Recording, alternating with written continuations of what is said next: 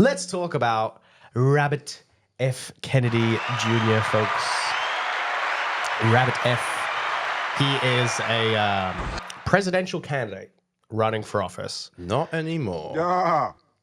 No, he's still running. Yeah. He ain't gonna win though, is he? No.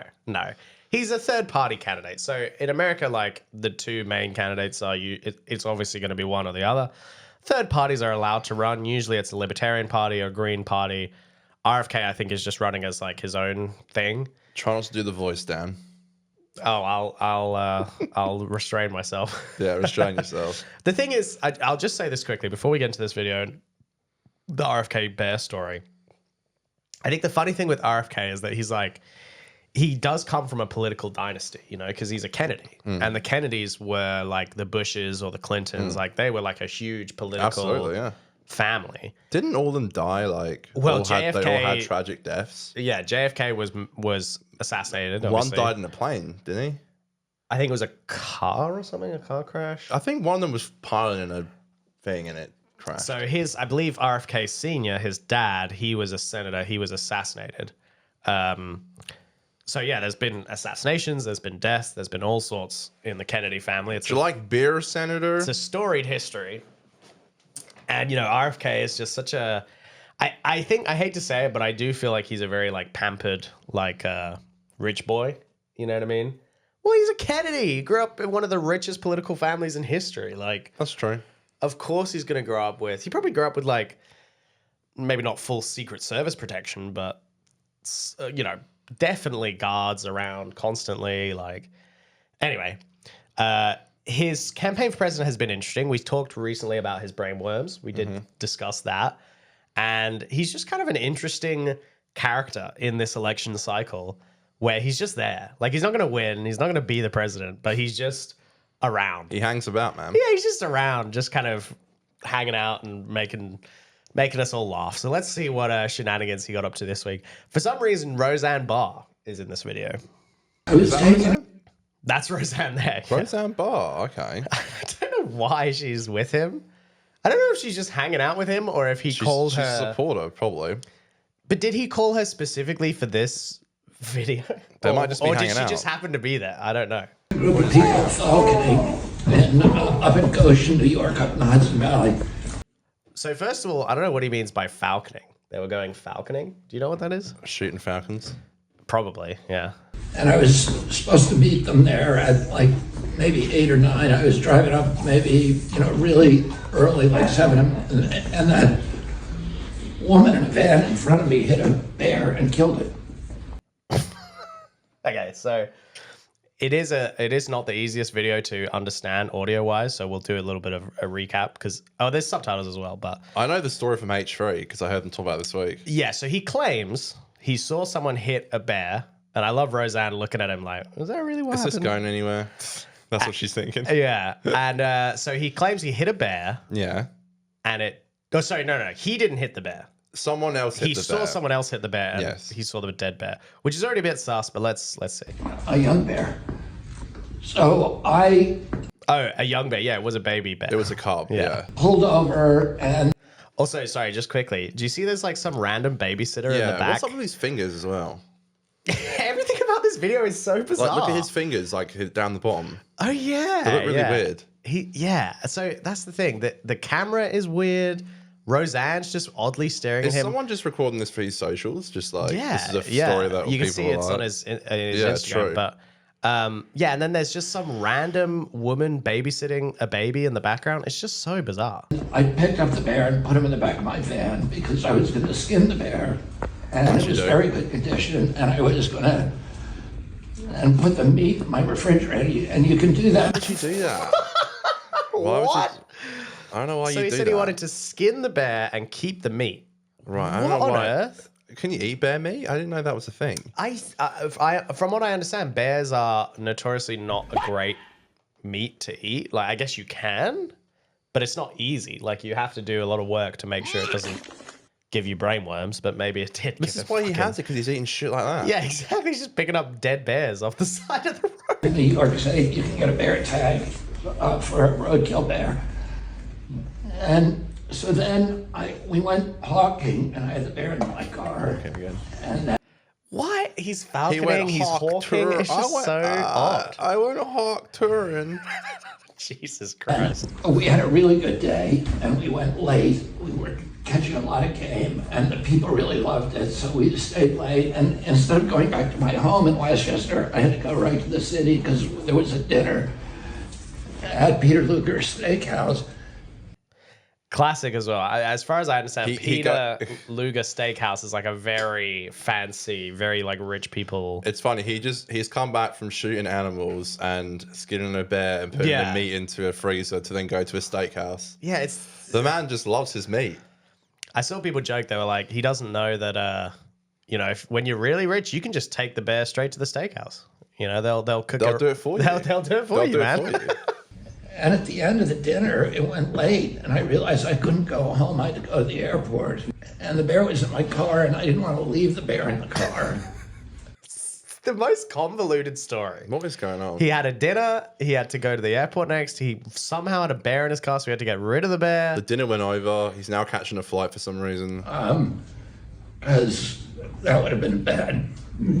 So then I thought, at that time, this was a little bit of the redneck in me. There'd been Where's Cheryl? The redneck in you? Bro, that's what I'm saying. This guy grew up as a fucking Kennedy. Bro's never been a redneck in his life. Like, what are we talking about? I want to hear Cheryl's side of the story. Yeah, Cheryl must have been there during all this. a series of bicycle accidents in New York. They had just put in the bike lanes. And saw a couple of people had gotten killed, and it was every day, and people had gotten badly injured. Every day it was in the press. And so I thought, I wasn't drinking, of course, but people were drinking with me who thought this was a good idea. Even Roseanne doesn't believe that shit. I love how he's like, I wasn't drinking. I definitely wasn't drunk. Everyone else around me was. I wasn't. Yes, even though I'm a notorious drug user and alcoholic, which we're going to get to in a minute. I was not drinking at all. And we all thought it would be just really funny to dump this bear carcass in Central Park. And I said, I had an old bike in my car that somebody had asked me to get rid of it. I said, let's go. And he has an old bike in his car to get rid of? Like, what is it? He is literally the dark Larry David. Like, he took Cheryl, you know? He's like the anti-Larry David. He's coming into these weird scenarios. Oh, what do I do? Put the bear in Central Park and we'll make it look like he got hit by a bike. It'll be funny for people. So they were like, we'll frame a bike death of a bear. So everybody thought that's a great idea. So we went and did that, and we thought it would be amusing for whoever found it or something. The next day, it was like, it was on every television station. It'd be amusing for I just love the idea that he just could not fathom that a dead bear in Central Park no one would care about that. Yeah, because like, how did it get there? You know? Yeah. Why would a bear isn't a bear being in Central Park kind of news on its own? Like, you know, it's so crazy. Anyway, we don't have to play the rest. Do you want to play the rest? I mean, that's pretty much the story of that video. Yeah. What I wanted to add, so he posted this because there was an upcoming New Yorker article about this bear incident, but it also talked about some other stuff. And I wanted to give some details, a few details that were from that piece. Just crazy stuff that, again, I just think illustrates this guy is such an insane man, like such a crazy character. So one of the details was that he had like a very bad drug addiction, and he had been an addict to different, I want to say like opiates and cocaine and all that kind of stuff. Right. So one of the stories they tell in the article was that he was on a plane going to rehab. He was traveling on a plane to rehab.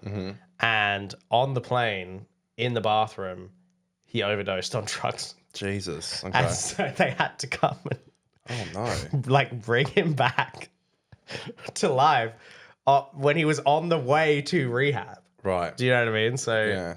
And then there's another story. This one's actually quite dark, so I'll tell this quickly. But he was a serial and regular cheater, a philanderer. Before Cheryl came in and changed everything. Yeah, I guess Cheryl set him straight. Or maybe not. Maybe he still does it. I don't know. But he would cheat around a lot. This was with his previous wife.